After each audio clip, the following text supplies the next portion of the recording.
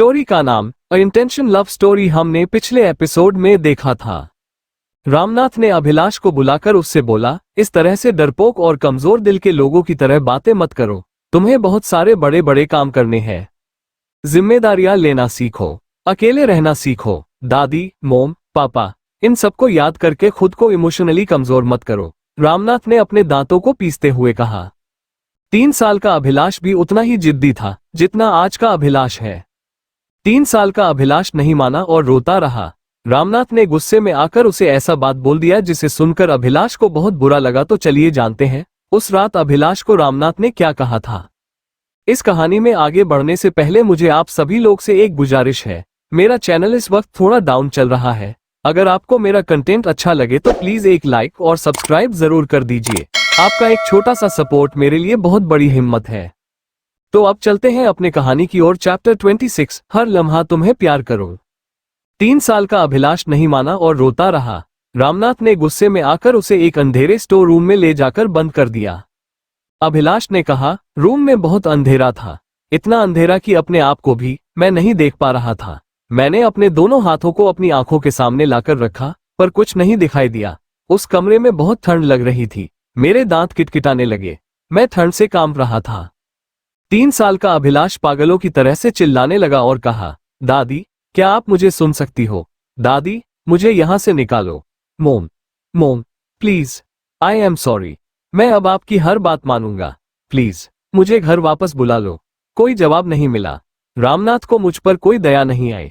शायद ये उसका रोज का काम था। कोई भी बच्चा अगर अपने घर जाने की बात करता तो उनके साथ ये रामनाथ का तरीका था। सभी बच्चों को सबक सिखाने का। चिल्ला चिल्ला कर मैं थक गया था।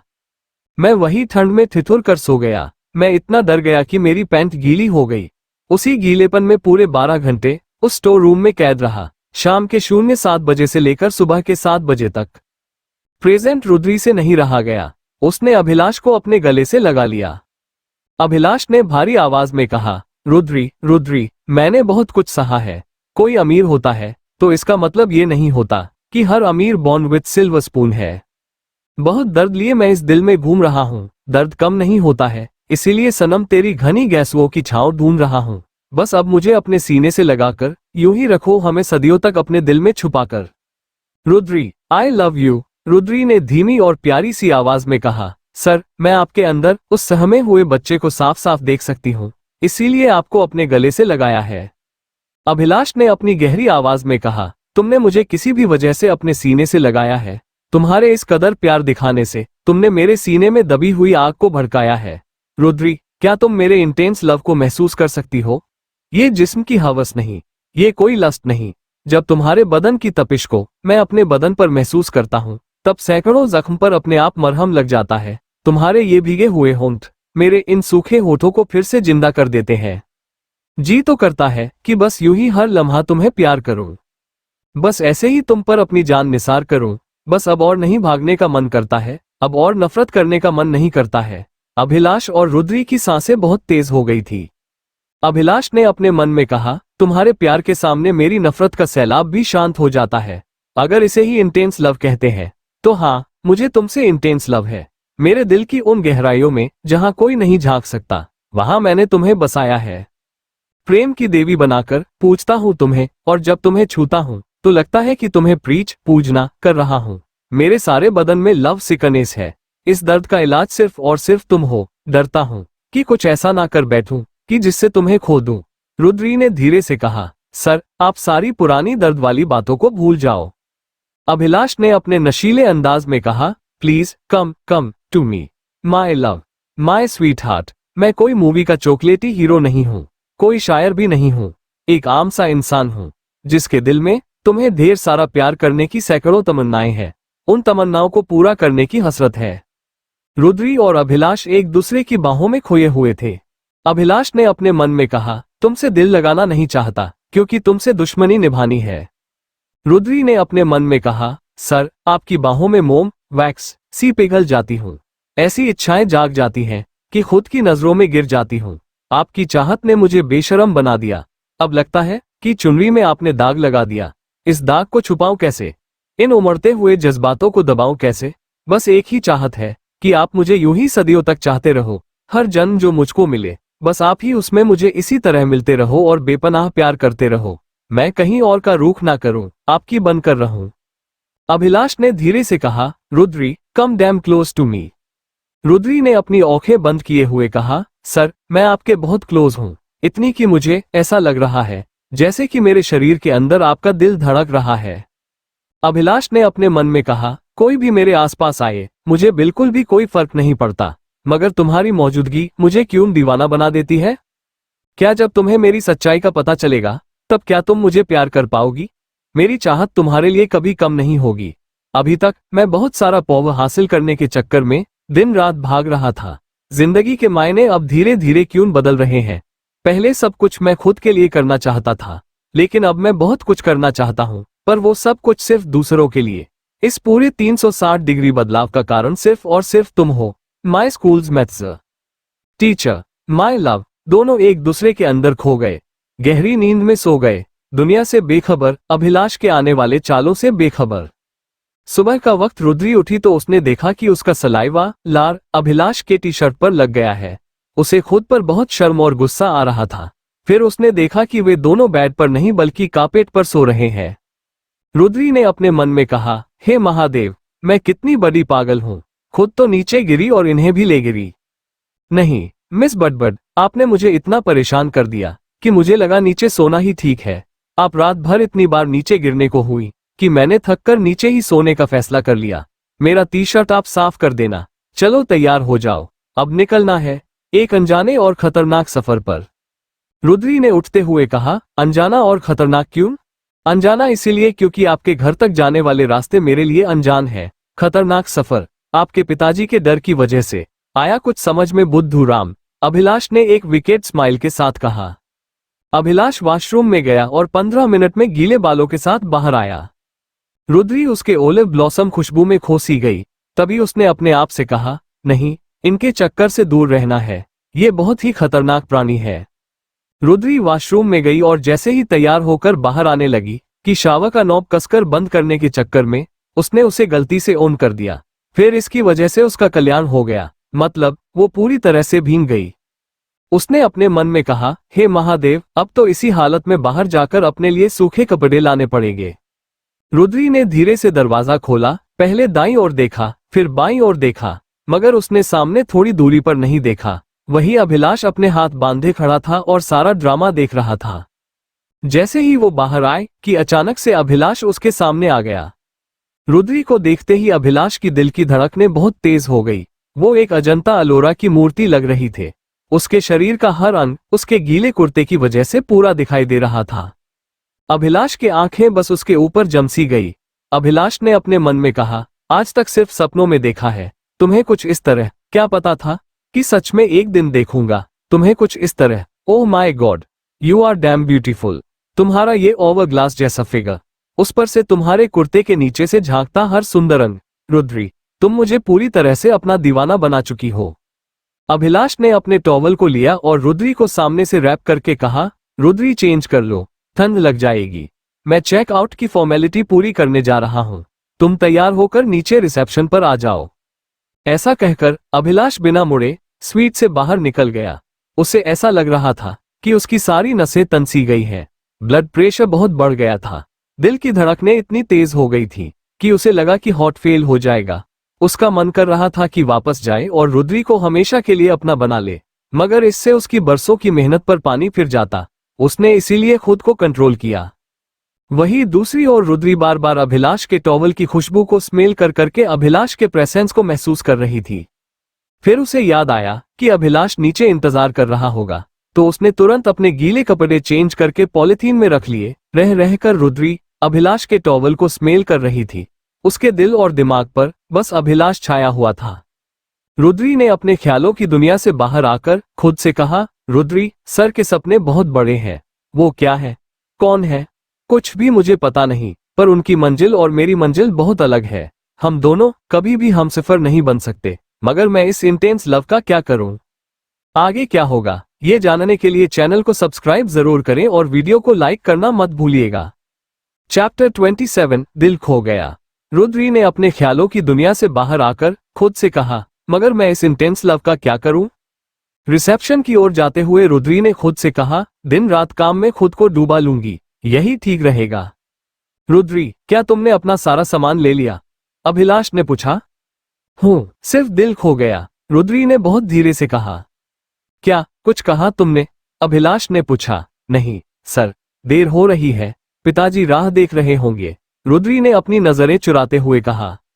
दोनों बहुत खामोश थे। पार्किंग में पहुंचकर अभिलाष ने कहा, क्या तुम ड्राइव करोगी? रुद्री ने ना में सिर हिलाकर कहा, सर अभी मेरा ध्यान कहीं और है, ड्राइविंग पर फोकस नहीं कर पाऊंगी। ध्यान कहाँ है? अभिलाष ने गाड़ी स्टार्ट करते हुए कहा। पिताजी के रिएक्शन के ऊपर पता नहीं मेरे बारे में क्या सोचेंगे, शायद मुझे एक नालायक लड़की समझेंगे जो बेशर्मों की तरह अपनी शादी की बात करने जा रही है। सोचकर ही जी दिल घबरा रहा है। सर मुझे बहुत टेंशन हो रहा है। ध्यान से सुनो मिस बट स्टोरी कुछ ऐसी है, मैंने तुम्हें प्रोपोज किया और तुमने उसे एक्सेप्ट किया, इसमें ... बेशर्मी कहां से आई? Relax Rudri, do not over react. ये बहुत ही आम बात है, एक लड़की को एक लड़के ने प्रपोज किया, लड़की ने हाँ कह दी, लड़का अनाथ है, लड़की के पेरेंट्स शादी के लिए मान गए, लड़का और लड़की की मंदिर में शादी हो गई। क्योंकि लड़का एक अनाथ है इसलिए उसे शांति पसंद है, भीड़भाड़ वाली शादी नहीं चाहिए। बेकार के शादी में पैसे खर्च करने से अच्छा है कि वही पैसे गरीबों की भलाई के लिए इस्तेमाल किया जाए। इट इज सो सिंपल, है ना रुद्री? अभिलाष ने रुद्री की आंखों में देखकर कहा। रुद्री की सांसें थम सी गई। अभिलाष की वही पैनी नजर उसकी आत्मा में झांक रही थी। रुद्री ने एक लंबी सी सांस ली और कहा, बात इतनी सिंपल नहीं। हाँ सर, आपके लिए सब कुछ बहुत सिंपल है।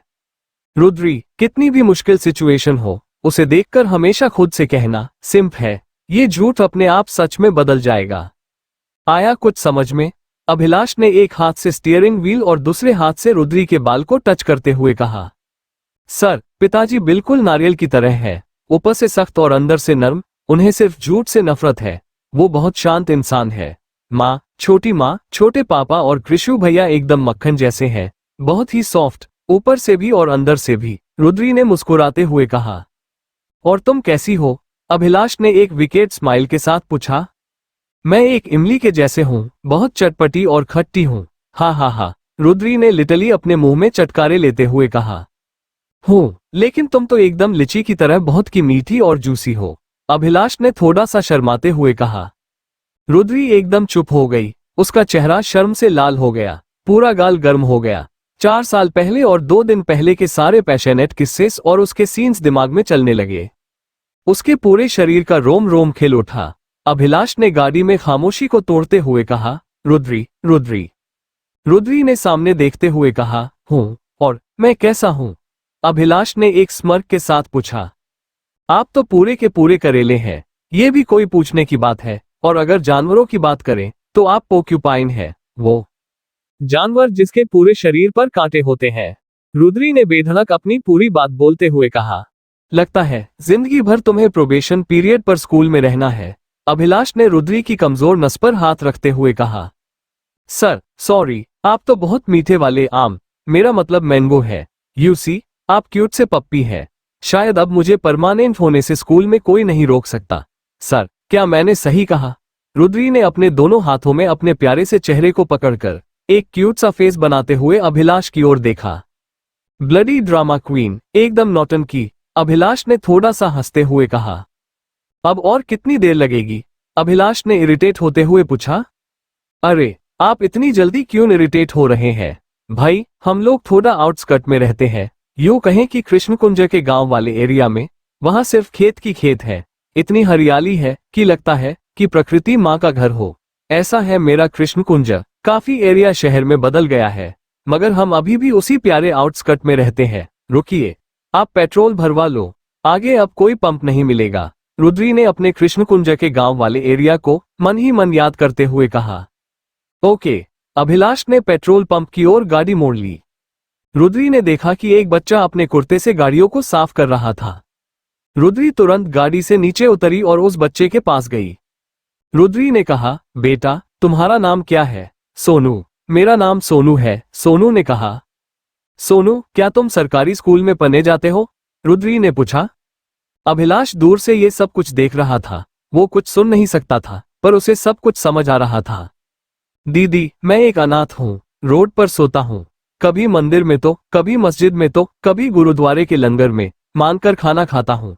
अपने इस कुर्ते से गाड़ी साफ कर करके थोड़े पैसे कमाकर खाने के लिए पैसे जोड़ता हूँ। दिन खाने के जुगाड़ से शुरू होता है और रात उसी के सपने लेने में बीत जाती है। पाई तो बड़े लोगों की चीज है, मेरे जैसे के लिए तो बस जीवन में 2 वक्त की रोटी ही सब कुछ है। सोनू ने अपने सूखे होठों को चाटते हुए कहा। रुद्री ने प्यार से कहा, सोनू अगर तुम्हें पढ़ना है तो आज ही तुम्हें हॉस्टल भेज दूंगी, क्या तुम जाओगे? हूँ, सोनू ने रोते हुए कहा। रुद्री ने मोबाइल से कॉल किया। रुद्री क्या तुम ठीक हो? भूदेव ने कहा। गया। उसकी वो मासूम आंखें अभिलाष के दिल में दर्द को जगा देती थीं। रुद्री भी वही जम सी गई। उसने अपने मन में कहा, क्यों इतने बेगाने होकर भी अपने से लगते हो? कोई नाता नहीं तुमसे, फिर भी सपने से सुंदर लगते हो। अगर तुमने कई राज छुपाए हैं अपने गहरे दिल में तो फिर उन सबके खुल जाने पर कहीं जख्म न कर देना। मेरे दिल में रह रहकर इस दिल में एक टीस उठती है, एक कसक सी पूरे बदन में महसूस होती है। अभिलाष ने अपने मन में कहा, विक्रमजीत रॉय तुम्हारी वजह से कितने मासूम लोगों का दिल टूटेगा, यहां तक कि रुद्री भी। आप सुन रहे थे एक गहन प्रेम कथा, अगला चैप्टर जल्द ही आएगा। तब तक के लिए लाइक, शेयर और सब्सक्राइब जरूर करें, आपका साथ ही मेरी सबसे बड़ी ताकत है। CH28 stay like this forever. Abhilash ने अपने मन में कहा, विक्रमजीत रॉय तुम्हारी वजह से कितने मासूम लोगों का दिल टूटेगा, यहां तक कि रुद्री का भी दिल टूट जाएगा। और मेरे दिल का क्या? 22 साल से मैं दर्द में तड़प रहा हूं और ऊपर से अब इंटेंस लव का दर्द। मैं हमेशा के लिए अंधेरों में गुम हो जाऊंगा। रुद्री ने दूध का कप चाय वाले को पकड़ाते हुए कहा, थैंक यू भैया। अभिलाष ने अपनी नजरें तिरछी करते हुए कहा, और मुझे कौन कहे दोस्ती में no sorry no thank you. Rudri ने मुस्कुराते हुए एक फिल्मी अंदाज में कहा, ओके तो हम दोस्त हुए। अभिलाष ने बड़े ही प्यार से रुद्री को निहारते हुए कहा। मुझे नहीं पता, रुद्री ऐसा कहकर अपनी नजरें चुराने लगी। फिर उन दोनों को सोनू का ध्यान आया। वो वही चुपचाप खड़ा होकर उन दोनों का ये पूरा लव एपिसोड देख रहा था। दोनों शर्मा गए। रुद्री ने कहा, सोनू जब तुम बड़े आदमी बन जाओगे तब क्या करोगे? दीदी मैं हर हफ्ते मेरे एरिया में गरीब लोगों को फ्री में खाना खिलाऊंगा, बच्चों को काम करने का स्किल सिखाऊंगा, एक बहुत बड़ा गैराज खोलूंगा। दीदी मैं एक इंजीनियर बनना चाहता हूँ, सोनू ने कहा। उसकी आंखों में कुछ कर गुजरने का जुनून साफ साफ दिखाई दे रहा था। रुद्री ने बहुत खुश होते हुए कहा, शाबाश Sonu, I am proud of you, मुझे तुम पर गर्व है। अभिलाष ने तीनों की एक तस्वीर अपने मोबाइल पर ली।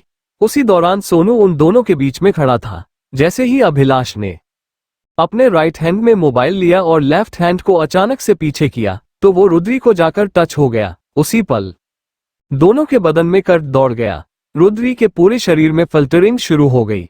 वहां अभिलाष को लगा कि वो रुद्री को अपनी बाहों में भर ले। तभी एक गाड़ी के हॉर्न से अभिलाष अपने ख्यालों की दुनिया से बाहर आया। अभिलाष ने कहा, ये राकेश कब तक? जैसे ही अभिलाष राकेश के लेट आने के बारे में कुछ कहने ही वाला था, तभी सामने से राकेश आया और कहा, हाय रुद्री, कैसी हो? रुद्री भूदेव के हर एम्प्लॉय को जानती थी। ये देखते ही अभिलाष के सीने में जलन सी होने लगी।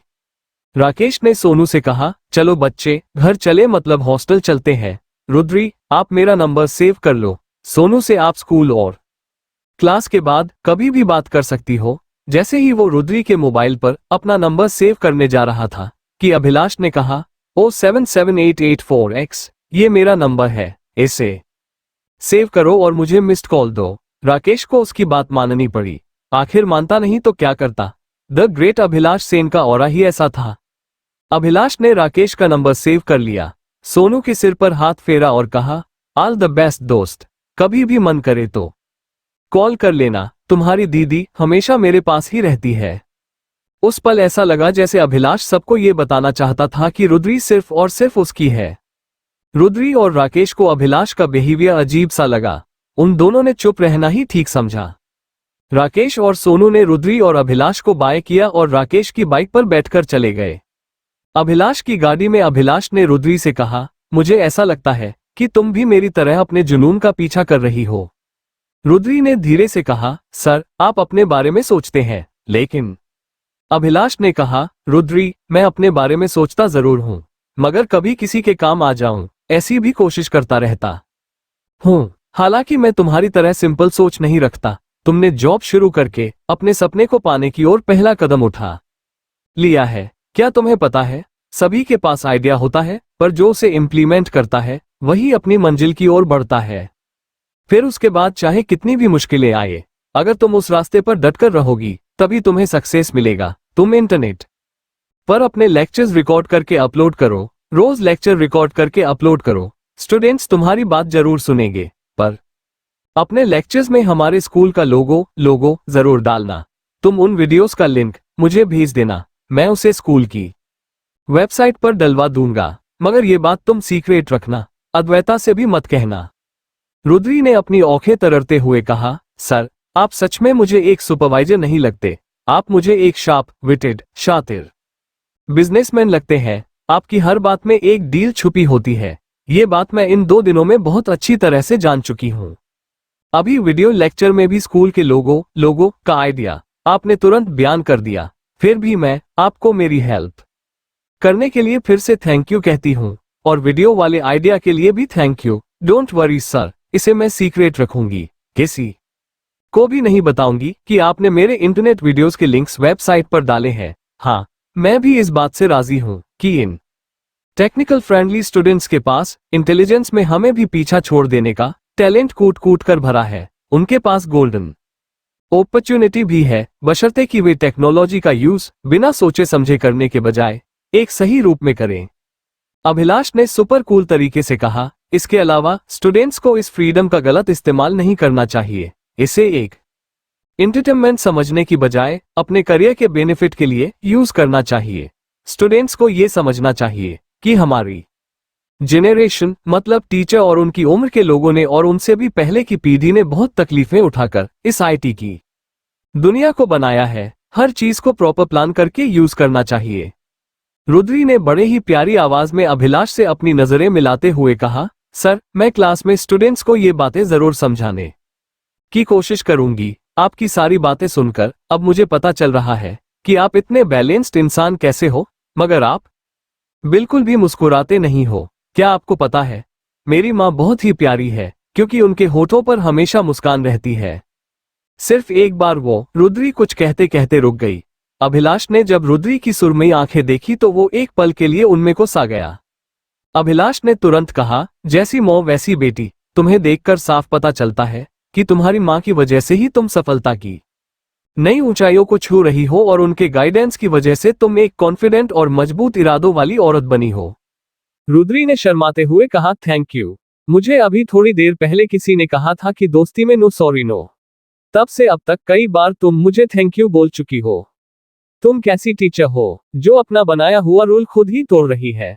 अभिलाष ने अपने लेफ्ट अंगूठे से अपने लिप्स को रब करते हुए कहा। रुद्री ने अपने होठों को अपने दांत से काटते हुए कहा, आप मेरे सीनियर हैं तो थैंक यू तो बनता। आपसे एक बात कहनी थी। मुझे प्रवीण जी की स्माइल बहुत अच्छी लगती है, आपकी दोस्ती भी बहुत गहरी लगती है। क्या आप मुझे अपने और उनके बारे में बताएंगे? अभिलाष ने रुद्री को अपनी पेनिट्रेटिंग गेज से देखते हुए कहा, रुद्री, तुम्हारा ऑब्जर्वेशन पावर बहुत सही है। वेणु की बेफिक्र मुस्कान हर किसी को उसकी ओर अट्रैक्ट करती है। समय समय पर हमारी दोस्ती में भी कुछ प्रॉब्लम्स आते रहते हैं और हमारे बीच डिफरेंसेस भी होते हैं, लेकिन मुझे लगता है कि लाइफ लॉन्ग दोस्ती ऐसी ही होनी चाहिए, एक दूसरे का सपोर्ट सिस्टम होते हुए लगातार एक दूसरे की गलती बताने में बिल्कुल भी नहीं हिचकिचाना चाहिए, एक दूसरे में बेस्ट बिहेवियर को लाना दोनों दोस्तों की रिस्पॉन्सिबिलिटी होनी चाहिए। तुम्हारी प्यारी बातें सुनकर बहुत अच्छा लगता है। मैं चाहता हूं कि तुम हमेशा इतनी ही सिंपल रहो और तुम्हारी सादगी यूं ही बनी रहे। Stay like this for ever. Rudri ने अपने दोनों हाथों से डैशबोर्ड को रब करते हुए कहा, सर, आपके सपोर्ट और इंस्पिरेशन के लिए बहुत बहुत थैंक यू। मैं आपकी तरह साहसी व्यक्ति नहीं हूं। यही रीजन है कि मुझे अपने जुनून की शुरुआत करने में बहुत देर हो चुकी है। आप तो बहुत अच्छे मकाम पर पहुंच चुके हैं। मुझे तो अभी अपना कोचिंग सेंटर खोलने में काफी समय लगेगा।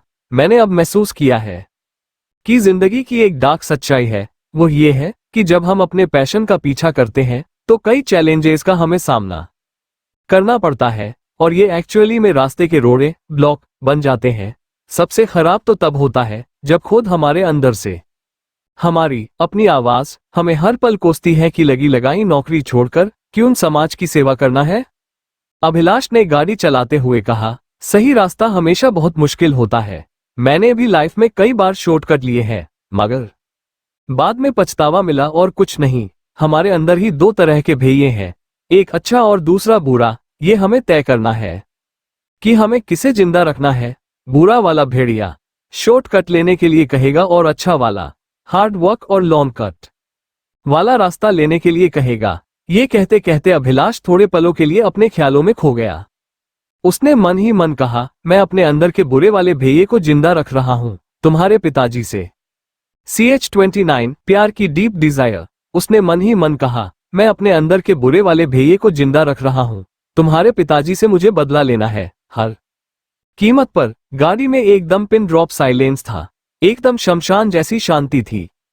रुद्री ने अपने ख्यालों में खोए हुए अभिलाष को देखा और कहा, सर हूं। अभिलाष की तंद्रा टूटी। रुद्री ने डीप थिंकिंग करते हुए कहा, हम सभी मानते हैं कि birds of same feather flock together, मतलब एक जैसा सोचने वाले हमेशा एक साथ रहते हैं। लेकिन हम एक बात भूल जाते हैं कि हमारी एक ही आइडियोलॉजी हो सकती है, पर पर्सनल ट्रेट्स और हम सभी का सोचने का तरीका अलग अलग होता है।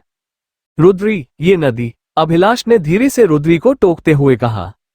वो उस नदी को देखकर उसकी गहराइयों में खोसा गया। रुद्री ने एक लंबी सांस लेते हुए कहा, ये एक मेल है, मतलब पुरुष नदी है। जैसे ब्रह्मपुत्र है, ठीक वैसे ही इस नदी का नाम वृत है। इसकी कहानी बहुत अजीब है। अभिलाष ने रुद्री को टोकते हुए कहा, अगर तुम बुरा ना मानो तो मैं इसके घाट पर थोड़ी देर बैठना चाहता हूं, मन को सुकून मिलेगा। रुद्री ने अभिलाष के आगे चलते हुए कहा, हाँ, क्यों नहीं। आप गाड़ी को इस लेफ्ट साइड वाले खेत के बगल में पार्क कर दो, फिर इन खेतों की पगडंडियों से होकर हम दोनों नदी के घाट तक पहुंच जाएंगे। अभिलाष और रुद्री गाड़ी को पार्क करके वृत नदी के उस दक्षिण दिशा वाले सुनसान घाट की ओर चल दिए। रुद्री ने अभिलाष के आगे चलते हुए उसे रास्ता दिखाया। रुद्री ने अपनी पहले वाली बात को कंप्लीट करते हुआ कहा, लाइफ का एक सच ये है कि हम हमेशा अपने आसपास एक ऐसा व्यक्ति चाहते हैं जो हमें कंप्लीट करे। मतलब मान लो कि आप एक इंट्रोवर्ट हो और प्रवीण जी एक एक्सट्रोवर्ट है, तो दोनों एक दूसरे के बेस्ट फ्रेंड बन जाएंगे। प्रवीण जी के पास आप जैसा एक पेशेंट लिसनर होगा और आपके पास प्रवीण जी के रूप में एक बात करने वाला आदमी होगा। जहां आप प्रवीण जी के बताए हुए बातों से आप अपने ह्यूमन साइकोलॉजी के प्रिंसिपल्स को टेस्ट करके देख सकोगे। अभिलाष को अब कुछ भी सुनाई नहीं दे रहा था। वो बड़े ही ध्यान से रुद्री की ठुमकती हुई चाल देख रहा था। उसकी आंखें उसके हिप्स पर जम सी गई। अभिलाष यहां वहां देखना चाहता था, मगर उसका दिल बेशर्मों की तरह वही नजरें जमाए हुए था। रुद्री के दिल में एक टीस सी उठ रही थी। उसे एहसास हो रहा था कि अभिलाष उसे पीछे से घूरकर देख रहा है। रुद्री ने अपने मन में कहा, इस लस्ट से भरे अंकल को आगे चलने के लिए बोलना चाहिए, पर यार इन्हें रास्ता नहीं पता है। धत तेरे की, मुझे ही इन्हें रास्ता दिखाने के लिए आगे चलना पड़ेगा। God damn it. अभिलाष के दिल में रुद्री को 4 साल पहले से ही पाने की हसरत थी। उसने अपने मन में कहा, मैं पिछली 2 रातों से सिर्फ और सिर्फ यही इमेजिन कर रहा हूं कि तुम बिना कपड़ों के मेरे बेड पर हो। तुम्हारे दोनों हाथ हेडबोर्ड से बंधे हुए हैं। तुम पूरी तरह से मेरे कंट्रोल में थी। तुम मुझसे रिक्वेस्ट कर रही थी और मुझसे बार बार कह रही थी कि मैं तुम्हें इंटेंस लव करूं, लेकिन मैंने तुम्हें धीरे धीरे हर जगह छुआ। इसकी बजाय तुम्हारी डिमांड थी कि मैं तुम्हें इंटेंसली टच करूं। मैंने बहुत आहिस्ता डीपी तुम्हारे चेस्ट को टच किया, प्रेस किया, स्क्वीज किया। ऐसा तब तक किया जब तक कि तुम्हें अंदर से प्यार की डीप डिजायर महसूस नहीं हुई। तुमसे नफरत करना और तुम्हें चाहना सब एक ही समय में। मैंने तुम्हें बेली बटन पर किस किया, फिर तुम्हें हर जगह लिक किया। अपने टंग की टिप से तुम्हारे सॉफ्टनेस को टच किया। तुम्हें तब तक टीज किया जब तक कि तुमने मेरे सामने रिक्वेस्ट नहीं की कि मैं और तुम एक हो जाएं। I should take you. और तुम अपनी प्यार की प्यास बुझाने के लिए, मेरे सामने अपने पेन को रिलैक्स करने के लिए बार बार बहुत सारे लव की डिमांड कर रही थी। मैंने बहुत अच्छा महसूस किया क्योंकि मैं हर बार रात को इस खेल में जीत रहा था। तुम्हारे बदन पर मेरा बदन बहुत आनंद दे रहा था। फिर मैंने तुम्हें अपने बेहद करीब खींच लिया। तुम्हारा सॉफ्टनेस और मेरा मैनहुड एक दूसरे को रब कर रहे थे। मुझे पूरी तरह से तुम्हें जीतना था। अब बस मेरे अंदर का ज्वालामुखी फटने ही वाला था। मैंने उसे बाहर निकाला और अपना सीट तुम्हारे ऊपर, तुम्हारे पूरे शरीर पर आराम से हर जगह प्लांट किया, तुम्हें अपना बनाते हुए तुम पर अपनी पूरी माकन कर दी। रुद्री, रुद्री, तुम सिर्फ और सिर्फ मेरी हुई, तुम सिर्फ मेरी हो। ये एक बार नहीं, सैकड़ों बार मुझे करना है, सपने में नहीं हकीकत में करना है, अभी भी करना है। जैसे ही अभिलाष की इमेजिनेशन खत्म हुई, वो बहुत बेचैन हो उठा। उसका दिल जोरों से धड़कने लगा, उसके पूरे शरीर में एक लावा लावा बहने का एहसास हुआ। उसे लगा जैसे उसकी नसें फट जाएंगी। इस सब की वजह से उसके कान बजने लगे। ये और काफी देर तक चलता रहा। वो इस वजह से शिवर करने लगा, उसके पूरे शरीर में कंपन होने लगी। दोनों वृत्त नदी के घाट पर पहुंच चुके थे। असल में इस घाट पर वहां के आसपास गांव के लोग दाह संस्कार करते थे। अभी वहां पर बहुत शांति थी। कितना भी इस जगह से दूर भागना चाहता हूं, किस्मत मुझे हर बार यहां लाकर पटक ही देती है। सही कहा है किसी ने, जिस चीज से हम जितना भागते हैं वही चीज हमारे सामने बार बार आ जाती है। पर ऐसा क्यों होता है? आज के आज ही रुद्री से शादी करके मैं अपने आज के टारगेट को पूरा करूंगा। रुद्री ने अपने मन में कहा। आप क्यों इतने ज्यादा गुस्से में हैं? मुझे इसका रीजन नहीं पता, पर जैसे जैसे आप मेरे घर के नजदीक पहुंच रहे हो, वैसे वैसे आपका मूड स्विंग हो रहा है। पर ऐसा क्यों हो रहा है? CH30 तुम्हें अपना बनाना है, रुद्री ने अपने मन में कहा। पर जैसे जैसे आप मेरे घर के नजदीक पहुंच रहे हो, वैसे वैसे आपका मूड स्विंग हो रहा है। पर ऐसा क्यों हो रहा है? उस विक्रमजीत रॉय के अंदर का सारा जहर यहाँ की हवाओं में महसूस होता है। यहाँ तक कि इस नदी के पानी में भी बहुत सारी उथल पुथल महसूस हो रही है। मेरा बचपन, इसके अलावा मेरी सबसे कीमती चीज, सब कुछ तुमने छीन लिया। अब तेरी बारी है, सारा हिसाब किताब अब बराबर होगा। कुछ भी करके रुद्री, तुम्हें अपना बनाना है, अभिलाष ने अचानक से घाट से उठकर अपने मन ही मन में कहा। अभिलाष सीढ़ियों से ऊपर चढ़कर वापस अपनी गाड़ी की ओर जाने लगा। रुद्री को तो जैसे वो भूल ही गया। उसके सिर पर तो सिर्फ और सिर्फ बदला लेने का भूत सवार था। रुद्री भागकर उसके पीछे पहुंची। रुद्री ने चुप्पी तोड़ी और हाँफते हुए अपनी पुरानी बात को कंटिन्यू किया। उसने फिर से कहा, अरे क्या हुआ? आप इतनी तेजी में क्यों जा रहे हो? अच्छा, आपने तो आपकी और प्रवीण जी की दोस्ती वाला किस्सा। अभिलाष ने कहा, घर चलते हैं, आज हमारी झूठी शादी हो जानी चाहिए। मेरी मोम अब कभी भी मेरे घर पर मेरी पत्नी से मिलने आ सकती है। अच्छा वो किस्सा? हाँ, तो हमारी दोस्ती की रियल लाइफ स्टोरी कुछ ऐसी है कि जब मैं और वेणु पहली बार मेरे पुश्तैनी घर पर बचपन में मिले थे, तब हमारी पर्सनैलिटी एक दूसरे के बिल्कुल अपोजिट थी। हालांकि मुझे उसके लापरवाह बिहेवियर के साथ तालमेल बिठाने में कुछ टाइम लगा और वेणु को मेरी परफेक्ट प्लान मास्टर रवैये से बहुत दिक्कत हुई। शुरुआती परेशानी एक लाइफ लॉन्ग लर्निंग में बदल गई, जिसने हम दोनों को बेस्ट फ्रेंड्स बना दिया। अब तो जहां भी और जब भी जरूरत होती है, तब हम एक दूसरे से बहुत कुछ सीखते हैं। मैं उसे कंट्रोल करता हूं और वो मुझे सही रास्ते पर रखता है। क्योंकि मेरा बिहेवियर थोड़ा रूड है, तो वो मुझे, यही बात इस दोस्ती को और गहरा बनाती है। इसके अलावा मैं दूसरे आइडियोलॉजी वाले दोस्तों के साथ भी इस रवैये को फॉलो कर रहा हूं। रुद्री ने कार का डोर ओपन किया और उसमें बैठते हुए कहा, आप दोनों की फ्रेंडशिप मस्त है। अब मुझे यकीन होने लगा है कि सेम थॉट प्रोसेस का मतलब ये भी हो सकता है, गोल सेम हो मगर उस तक पहुंचने का चुना हुआ रास्ता अलग हो सकता है। पर जो भी है, आखिर अंत में तो लक्ष्य मायने रखता है। दो बेस्ट फ्रेंड्स के मंजिल तक पहुंचने के रास्ते अलग हो सकते हैं, लेकिन मंजिल एक ही होती है। इसलिए हम एक ऐसे ही इंसान के साथ हैंग आउट करते हैं, ऐसा इंसान जो हमसे 180 डिग्री अपोजिट भी हो सकता है जहां तक फिजिकल या मेंटल ट्रेट्स का संबंध है, लेकिन उसके दिमाग में अंतिम लक्ष्य हमारे जैसा ही होता है। अभिलाष ने गाड़ी स्टार्ट करते हुए कहा, कभी कभी रिश्ते में दरार आ सकती है, पर हम डेली बेसिस पर इसे सॉल्व कर सकते हैं। मैं और वेणु अक्सर ऐसे ही अपने डिफरेंसेस सॉर्ट आउट करते हैं।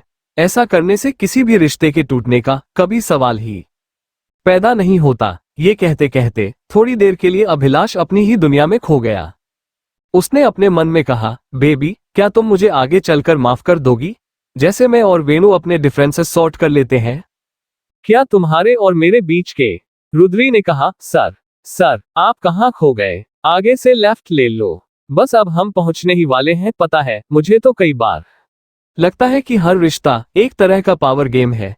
एक ही व्यक्ति हर समय शिकारी नहीं हो सकता और वही दूसरा हमेशा शिकार नहीं होता। जीवन के इस खेल का रूल है कि कभी आप शिकारी बनोगे तो कभी कभी वेणु जी, हर बार आप उनके ऊपर रूल नहीं करोगे, अभी आप उनकी बात मानोगे और कभी वो आपकी बात मानेंगे। तभी तो रिलेशनशिप में एक्साइटमेंट आती है, जब दो लोगों के बीच का रोल बदलता रहता है। क्या मैंने सही कहा? तो तुम्हारा मतलब है कि सेक्स करते वक्त कभी तुम मेरे ऊपर तो कभी मैं तुम्हारे ऊपर। अभिलाष ने गाड़ी को रुद्री के महल जैसे पुश्तैनी बंगले रॉय मेंशन के सामने रोकते हुए कहा। रुद्री का पूरा गाल शर्म से लाल हो गया, उसका चेहरा पूरा गर्म हो गया था, वो कुछ भी बोलने की हालत में नहीं थी। रुद्री ने अपने मन में कहा, ये अंकल बहुत अच्छी तरह से जानते हैं कि कैसे मुझे एकदम सामने थी एक दूध सी सफेद महल जैसी 5 मंजिल वाली बड़े से गार्डन के साथ में सुसज्जित इमारत, रॉय मेंशन। एक बहुत बड़े एरिया में कंस्ट्रक्टेड बंगला था। रॉय मेंशन की बिल्डिंग के सामने बहुत बड़ा गार्डन था जिसमें कि सनफ्लावर, गुलाब, गेंदा, चमेली, रात की रानी, मोगरा, जरबेरा और कई तरह के फूल पौधे लगे हुए थे। पीपल और बरगद के बड़े बड़े पेड़ थे, कई सारे आम, कटहल, सागवान, अमरूद, महुआ, बरगद, बेल, नीम और भी बहुत तरह तरह के पेड़ लगे हुए थे। अभिलाष और रुद्री दोनों अपने ख्यालों की दुनिया में खोए हुए थे। तभी सिक्योरिटी गार्ड रेवन ने अभिलाष की कार की विंडो पर नॉक किया। सर, आप? रेवन ने आइडेंटिटी प्रूफ मांगते हुए कहा। तभी रेवन की नजर रुद्री पर पड़ी। दीदी, ये क्या आपके दोस्त हैं? रेवन ने रुद्री को दोनों हाथ जोड़कर प्रणाम करते हुए कहा। हाँ रेवन, पर तुम इनकी पूरी चेकिंग कर लो, नहीं तो पिताजी नाराज हो जाएंगे। रुद्री ने रेवन को अपना आई कार्ड देते हुए कहा। ये लो मेरा आई कार्ड। अभिलाष ने स्कूल सुपरवाइजर का फेक आई कार्ड देते हुए कहा। अभिलाष ने अपने मन में कहा, विक्रमजीत रॉय परिंदा भी पर नहीं मार सकता। अब देखिए अभिलाष सेन, तेरे साथ क्या क्या। सर चलो, रुद्री ने कहा। अभिलाष ने रॉय मेंशन के गेट के अंदर गाड़ी को पार्किंग एरिया में पार्क कर दिया। दोनों एक साथ उतरे और बंगले की ओर चल दिए। ऑल द बेस्ट, रुद्री ने अभिलाष को जानबूझकर कहा। इसकी जरूरत तुम्हें है, मुझे नहीं। मैं बाज हूं, तुम्हारी तरह रोल नहीं बदलता। मैं शिकारी हूं और हमेशा शिकारी ही रहूंगा। अभिलाष ने एक विकेट स्माइल के साथ कहा। रुद्री को इस बात में कुछ डबल मीनिंग का एहसास हुआ। उसके शरीर में एक लहर सी दौड़ गई, उसे बिना टच किए हुए। अभिलाष बहुत कुछ रुद्री के बदन पर सिर्फ इशारों इशारों में कर देता था। अभिलाष का ऑरा संभालना बहुत ही मुश्किल था। जैसी ही रुद्री ने डोर बेल बजाई तो शांता दीदी ने दरवाजा खोला। सीधे पल्ले की साड़ी, सर पर पल्लू, मांग में लाल रंग का सिंदूर, माथे पर लाल रंग की बिंदी, नाक में नोजपिन, कानों में सोने की बालियां, हाथों में एक एक दर्जन कांच की लाल लाल चूड़ियां, होठों पर 100 वॉट वाली मुस्कान। रुद्री ने उनके गले लगते हुए कहा, दीदी हम आ गए, सिर्फ एक दिन के लिए। जाए द बुची, जाने दो बच्चे, कम से कम आयल तो सही, कम से कम आए तो सही। और ये कौन है? शांता ने रुद्री के गले लगते हुए कहा। ई हम, ये मेरे होने वाले पति परमेश्वर है। रुद्री ने एक शैतानी स्माइल के साथ कहा। प्रणाम, अभिलाष ने हाथ जोड़कर कहा। खुश रह, शांता ने अभिलाष से कहा। तोरा तनिको लाज शर्म न है? तुम्हें थोड़ी भी शर्म नहीं है? कोई अपन मर्द के बारे में ऐसे कैसे बतिया सकेला? कोई अपने हस्बैंड के बारे में ऐसे कैसे बात कर सकता है? तोरा शहर के हवा लाग गई बा, तुम्हें शहर की हवा लग गई है। चा ल घरे, मालिक तोरा के ठीक करी हैं। घर चल, तुझे तो मालिक ठीक करेंगे। छोटा ऑफिस में बैठल बाडन, वो ऑफिस में बैठे हुए हैं। शांता ने अपने मुंह में अपने सीधे पल्लू की साड़ी के आंचल को दबाते हुए कहा। रुद्री ने अभिलाष को अपने पिताजी के ऑफिस में ले जाते हुए कहा, शांता दीदी हमारे घर में बचपन से ही खाना बनाती है। उनके पति बुद्धन और उनका बाल विवाह हुआ था। दोनों सिर्फ 12 साल के थे तब इनकी शादी कर दी गई थी हमारे घर में। दोनों पिछले 25 साल से काम कर रहे हैं। पहले बुद्धन भैया के पिताजी रामखिलावन और मां दुलारी देवी हमारे घर का काम करते थे। अब वे दोनों हमारे बाग और बगीचे का काम देखते हैं। मेरे पिताजी शुरू से ही PACS primary agricultural credit societies के चेयरपर्सन है। हर बार इलेक्शन में वही जीतते हैं। वो कृष्णकुंज इलाके के 2 सबसे बड़े जमींदारों में से एक है। पिताजी बहुत ही ईमानदार इंसान है। छोटी माँ और छोटे पापा बहुत मशहूर एडवोकेट्स हैं। छोटी माँ एक क्रिमिनल लॉयर है और छोटे पापा एक सिविल लॉयर है। और कृषु भैया के बारे में। विक्रमजीत का ऑफिस। प्रणाम पिताजी। रुद्री ने विक्रमजीत रॉय के पैर छूकर कहा। खुश रहो रुद्री। तो कहाँ है तुम्हारे बेटर हाल्फ? विक्रमजीत रॉय ने अपनी नजर फाइल से हटाते हुए अभिलाष के ऊपर डालते हुए कहा। प्रणाम। अभिलाष ने आगे बढ़कर विक्रमजीत को पैर छूकर कहा।